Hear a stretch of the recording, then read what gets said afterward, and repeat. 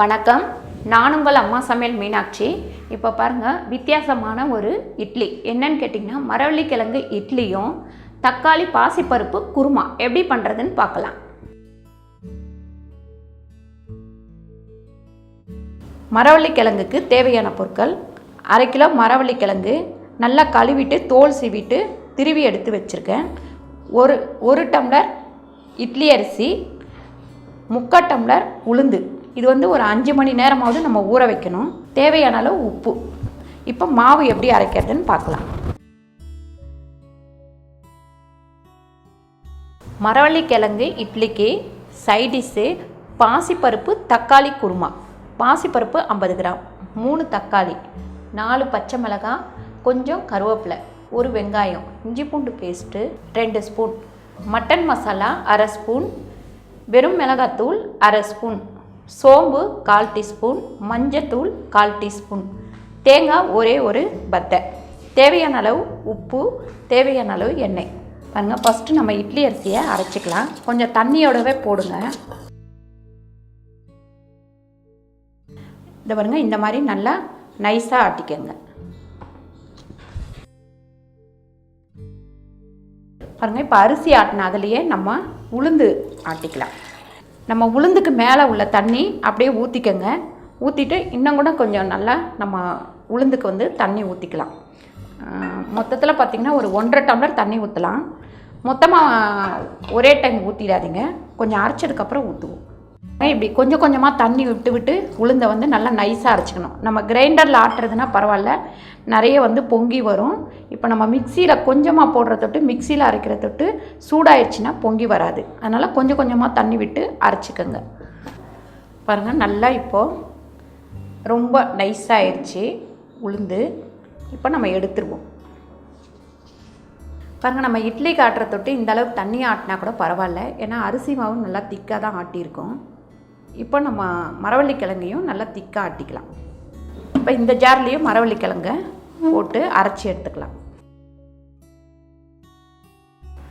இப்போ இந்த கப்பில் ஒரு 1/2 கப் தண்ணி ஊற்றிடலாம். பாருங்கள், இன்னும் இந்த 1/2 கப் தண்ணியும் இதில் விட்டுடலாம். கிழங்கு நல்லா நைஸாக தான் அரைக்கணும். பாருங்கள், கிழங்கு இந்த அளவுக்கு கொஞ்சம் கொருன்னு இருக்கணும். ரொம்ப நைஸும் இல்லாமல் ரொம்ப கொருன்னு இல்லாமல் இந்த அளவுக்கு இருக்கணும். இப்போ இதையும் நம்ம அதில் ஊற்றி மிக்ஸ் பண்ணிடலாம்.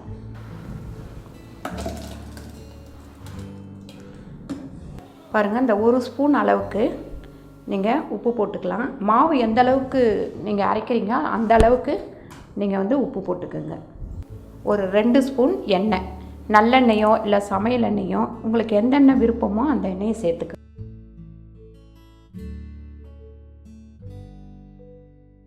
பாருங்கள், இந்த அளவுக்கு மாவு எடுத்து ஊற்றினா இப்படி கடகடன்னு உழணும். இந்த அளவுக்கு பக்குவத்தோடு கரைச்சி வச்சுருங்க. இது 4லேருந்து 5 மணி நேரம் புளிக்க வைக்கணும்.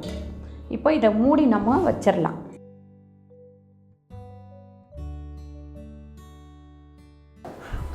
பாருங்கள், மரவள்ளி கிழங்கு மாவு நம்ம ஆட்டி வச்ச ஒரு 5 மணி நேரம் ஆயிடுச்சு. இதை கொஞ்சம் நல்லா கலந்துக்கங்க, ஏன்னா அரிசி கொஞ்சம் கீழே, அரிசி மாவு கீழே இறங்கிடும். இதில் இந்த மாதிரி கொஞ்சம் கலந்துருங்க. இப்போ நம்ம இட்லி ஊற்றலாம்.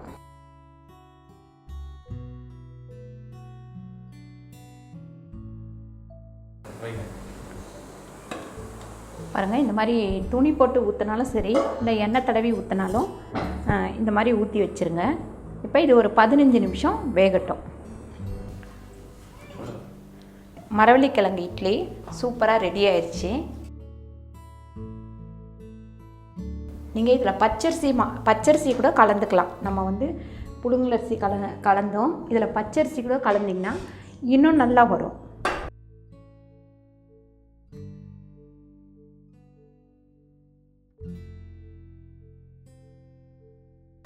பாருங்கள், சூப்பரான ஒரு வித்தியாசமான மரவள்ளி கிழங்கு இட்லி ரெடி ஆயிடுச்சு. நீங்களும் இதை வீட்டில் ட்ரை பண்ணி பாருங்கள். பாருங்கள், குருமாக்கு பாசிப்பருப்பு கொஞ்சம் வேகட்டும். பாருங்கள், இந்த தேங்காய், இந்த சோம்பு 2 போட்டு நம்ம அரைச்சி எடுத்துக்கலாம். கம்மியாக தேங்காய் போட்டால் போதும். பாருங்கள், இப்போ தேங்காவை அரைச்சி எடுத்துக்கிட்டேன். பருப்பு வெந்தவுடனே நம்ம வந்து குருமா தாளிச்சிக்கலாம். பாருங்கள், பாசிப்பருப்பு ஒரு அரை வேக்காடு வெந்தால் போதும். இப்போ இதை எடுத்து நம்ம கொட்டிட்டு நம்ம குருமா தாளிக்கலாம். பாசிப்பருப்பு தக்காளி குருமா தாளிக்கலாம். ஒரு 3 ஸ்பூன் அளவுக்கு எண்ணெய் போட்டுக்கோங்க. பாருங்கள், இப்போ சோம்பு போட்டுடலாம். பச்சை மிளகாவும், அடுத்து பார்த்திங்கன்னா இந்த வெங்காயம்,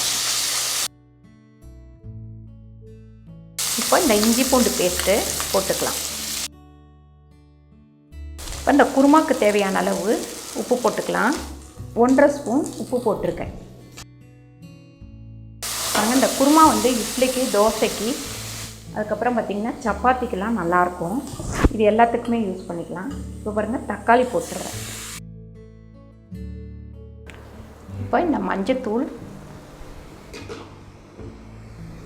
வெறும் மிளகாத்தூள், மட்டன் மசாலா, இந்த பச்சை மிளகா இருக்குது, அதனால் கம்மியாக நம்ம மிளகாத்தூள் போட்டிருக்கோம்.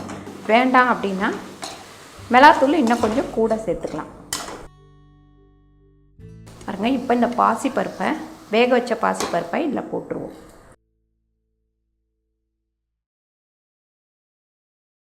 பாசிப்பருப்பை போட்டதுக்கப்புறம் ஒரு வதக்கிடுங்க. வதக்கிட்டு இப்போ நம்ம தண்ணி ஊற்றிடலாம். உங்களுக்கு எந்த அளவுக்கு திக்காக வேணுமோ அந்தளவுக்கு வச்சுக்கோங்க. இல்லை தண்ணியாக வேணும் அப்படின்னா கொஞ்சம் நல்லா தண்ணி ஊற்றிக்கோங்க. நான் வந்து இன்னும் கொஞ்சம் தண்ணி ஊற்றுறேன், ரொம்ப திக்காக இருக்குது. இதை மூடி வச்சிடலாம். ஒரு 10 நிமிஷம் நல்லா கொதிக்கட்டும். பாருங்கள், பாசிப்பருப்பு தக்காளி குருமா நல்லா கொதிச்சிருச்சு. இப்போ இந்த அரைச்சி வச்சுருக்க தேங்காய், கொஞ்சமாக தேங்காய் விட்டால் போதும். ஒரு டேஸ்ட்டுக்காக தான் இந்த தேங்காய் விடுறது.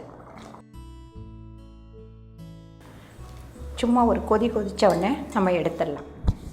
பாருங்கள், பாசிப்பருப்பு குருமா ரெடி ஆயிடுச்சு. இப்போ இதை ஆஃப் பண்ணிடலாம். பாருங்கள், சூப்பரான ஒரு வித்தியாசமான மரவள்ளி கிழங்கு இட்லி பாசிப்பருப்பு குருமா ரெடி ஆயிடுச்சு. நீங்களும் இதை வீட்டில் ட்ரை பண்ணி பாருங்கள். இந்த வீடியோ உங்களுக்கு பிடிச்சிருந்தா லைக் பண்ணுங்கள், ஷேர் பண்ணுங்கள், சப்ஸ்கிரைப் பண்ணுங்கள், ஃபேஸ்புக்கில் ஷேர் பண்ணுங்கள், மறக்காமல் கமெண்ட் பண்ணுங்கள். நன்றி, வணக்கம்.